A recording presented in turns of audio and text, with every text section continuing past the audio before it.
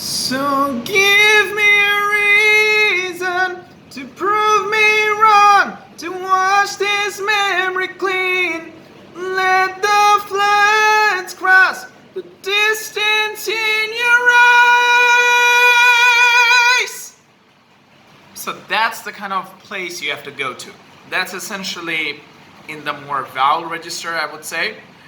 You can say that it's very balanced, very even, and look at me, and not doing that, right?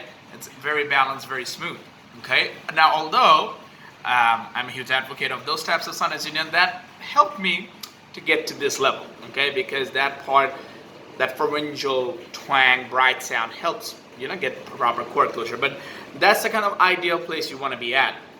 And you can say that it's very even. And the larynx is just very stable, okay? It's not going up, it's not going down, it's just pretty much in the neutral position, okay? Very speech-like, if you want to put it that way. So yeah, man, that's what you have to work on. And what I noticed is that when you sing certain words like floods, you open up too much. You go into upper chest, basically. That's what he would say. Let the flood. Instead of going to that, you go flood. You go into upper. Okay, so you have to work on doing the open vowels in a more closed manner, because you can do the E, you can do U in closed timbre or closed setting or Kyuzo. But when you go, let's say, so if I'm singing, let's say, I don't know, ni, ni, ni, ni, that's kind of like where the on is to go, not that's upper, and that's kind of like what you do. So actually doing an open vowel on a mixed voice or even vowel register is actually more trickier than doing E and U vowel, because they are more closed, okay? Even a ne, e, or me, e. It's a new dawn, it's a new day. That's easier, because that's E. It's not new day. That type of a vowel is more open, and that's harder to do in more narrow setting, okay? But the problem with that vowel or flood, like floods, cross, those vowels are kind of trickier to do it more closed, because they're inherently open, just like E and U are inherently closed vowel or closed timbre, and they are open timbres, the and a. Even distance in your yeah. So you would go about probably, I don't know, distance in your eye. You're probably going to that. Now again, you can still do that. I know who will not agree on that, but that's fine. But if you want to do that, it should be as a choice, not as a necessity. Okay?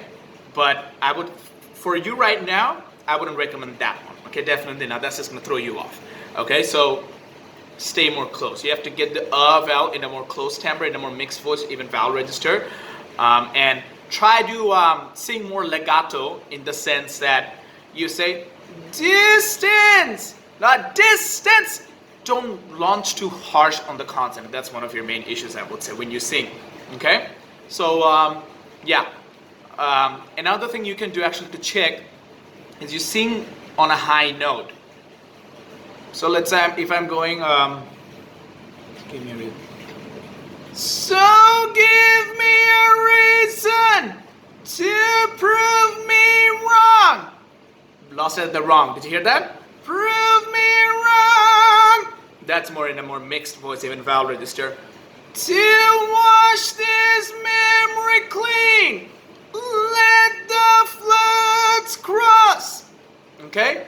Distance in your eye. No. Okay?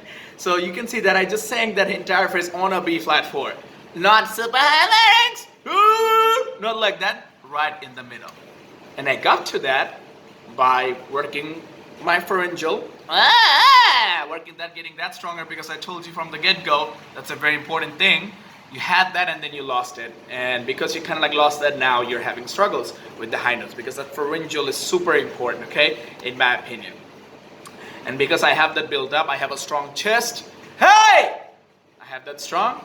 I combine those two and I get this, essentially, okay?